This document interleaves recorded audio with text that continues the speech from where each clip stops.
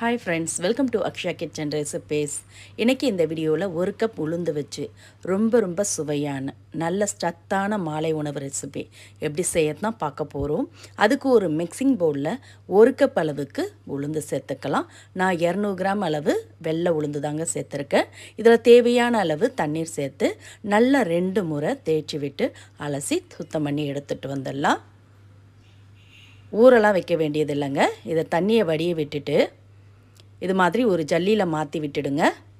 அதில் எக்ஸ்ட்ரா இருக்க தண்ணி பூரா ஜல்லியில் வடிஞ்சு ஒரு 5 நிமிஷம் அப்படியே ஜல்லியிலே உணரட்டும். இது மாதிரி அப்படியே ஜல்லியிலே உணர விட்டுடலாம். ஒரு 5 நிமிஷம் உணரட்டும். இந்த அளவுக்கு நல்லா அதில் இருக்க தண்ணி பூரா வடிஞ்சு உணர்ந்ததும் இதை அப்படியே ஒரு பேனில் மாற்றி நல்லா வறுத்துக்கலாம்.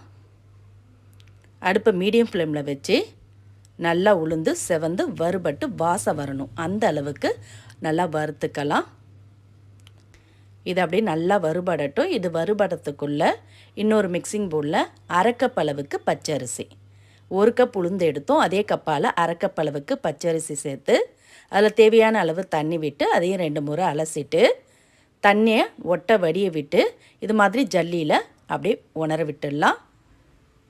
இது அப்படியே உணரட்டும். நம்ம அதுக்குள்ளே உளுந்த வறுத்து எடுத்துக்கலாம். நீங்கள் பச்சரிசிக்கு பதிலாக எந்த அரிசியில் வேணாலும் செய்யலாம். ஆனால் பச்சரிசியில் செஞ்சிங்கன்னா நல்லா சுவையாக இருக்கும். அப்படியே உணரட்டுங்க. இப்போ உளுந்தும் நல்லா செவந்து வறுபட்டு வாசம் வருது பாருங்கள். இது மாதிரி வறுபட்டு லைட்டாக செவரணும்.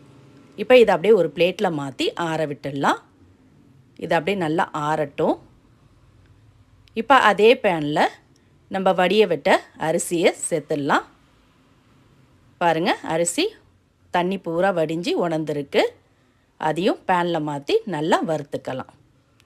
அடுப்பை மீடியம் ஃப்ளேமில் வச்சு வறுத்துக்கங்க. அரிசியில் இருக்க ஈரம் பூரா வற்றி நல்லா ட்ரையாக வறுபட்டு இது மாதிரி பொரிஞ்சு வரணும். பாருங்கள், நல்லா வெள்ளையாக பொரிஞ்சு வந்திருக்கு பாருங்கள். இப்போ அடுப்பை ஆஃப் பண்ணிவிட்டு இதையும் எடுத்து உளுந்து கூடவே சேர்த்து அப்படியே ஆற விட்டுடலாம். ரெண்டுமே நல்லா ஆறட்டும். உளுந்து அரிசியும் நல்லா ஆறின பிறகு மிக்ஸர் ஜாருக்கு மாற்றிக்கலாம். பாருங்கள், நல்லாவே ஆறி இருக்கு. இப்போ இது எல்லாத்தையும் மிக்ஸர் ஜாருக்கு மாற்றிக்கலாம். மாற்றிட்டு இது அப்படியே ரவை பதத்துக்கு அரைச்சி எடுத்துகிட்டு வந்துடலாங்க. ரொம்ப நைஸாக பவுட்ரு பதத்துக்கு இல்லாமல் இது மாதிரி ரவை பதத்துக்கு கொரகொரப்பாக அரைச்சி எடுத்துகிட்டு வந்துடுங்க. இந்த அளவுக்கு இருக்கணும். இப்போ அரைச்ச மிக்ஸிங்கை ஒரு பவுலில் மாற்றிக்கலாம். இது மாதிரி ஒரு மிக்சிங் பவுலில் மாற்றிட்டு இதோட 1/4 டீஸ்பூன் அளவுக்கு உப்பு சேர்த்து மாவோடு நல்லா கலந்துக்கலாம். கலந்துட்டு தேவையான அளவு தண்ணீர், அரை கப் அளவுக்கு தண்ணீரை கொஞ்சம் கொஞ்சமாக தெளித்து விட்டு புட்டு மாவு கலப்போம்ல அது மாதிரி கலந்துக்கலாம்.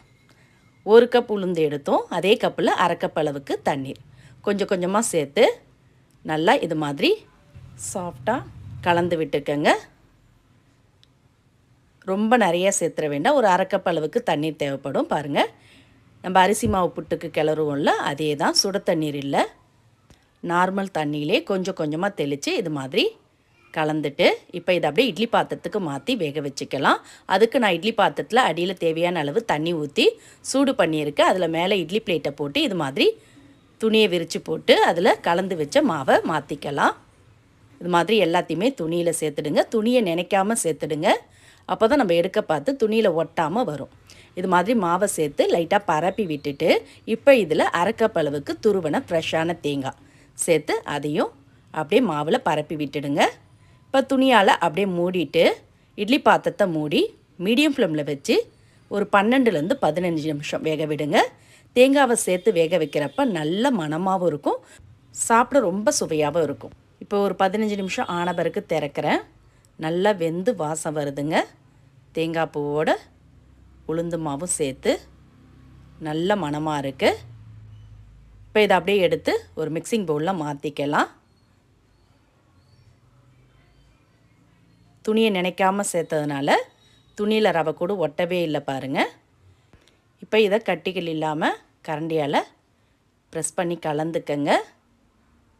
கலந்துட்டு இதில் நம்ம இனிப்பு சேர்த்து நல்ல சுவையான இனிப்பு உளுந்து புட்டு ரெசிபி தான் செய்ய போகிறோம்.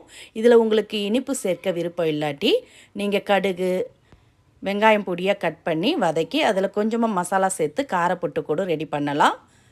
இப்போ நான் இனிப்பு புட்டுன்றதுனால ஒரு 1/2 டீஸ்பூன் ஏலக்காய் பொடியும் 3/4 கப் அளவுக்கு நாட்டு சர்க்கரையும் சேர்க்குறேன். நீங்கள் நாட்டு சர்க்கரைக்கு பதிலாக வெல்லம் கூட பொடிச்சு சேர்த்துக்கலாம். சேர்த்து நல்லா இந்த சூட்டிலே கலந்து விட்டிங்கன்னா நாட்டு சர்க்கரை நல்லா எல்லா இடமும் பரவி நல்லா கரைஞ்சி வரும். பாருங்கள், இது மாதிரி கலந்துட்டு இப்போ இதோட நெய்யில் வறுத்த முந்திரி பருப்பு நான் 1 ஸ்பூன் நெய் விட்டு அதில் கொஞ்சமாக முந்திரி பருப்பை சேர்த்து வறுத்து அதையும் சேர்க்குறேன். இன்னும் நல்ல மணமாகவும் முந்திரியோடு சாப்பிட நல்ல சுவையாகவும் இருக்கும். அவ்வளோதாங்க, ரொம்ப ரொம்ப சுவையான நல்ல சத்தான உளுந்து புட்டு ரெடி. இது நல்லா உடல் வலு பெறவும் கை கால் வலி இடுப்பு வலி போகிறதுக்கும் முகம் நல்லா பொலிவு பெறவும் முடி உதிராமல் இருக்கிறதுக்கும் நல்ல ஒரு ஹெல்ப்ஃபுல்லாக இருக்கும். இதை நீங்கள் வாரத்தில் 2 முறை செஞ்சு கொடுங்க. குழந்தைங்கள்லேருந்து பெரியவங்க வரைக்கும் எல்லாருமே விரும்பி சாப்பிடுவாங்க. இந்த ரெசிபி பிடிச்சிருந்தா வீடியோக்கு ஒரு லைக் கொடுங்க. மறக்காமல் நம்ம சேனலை சப்ஸ்கிரைப் பண்ணிடுங்க. நன்றி, வணக்கம்.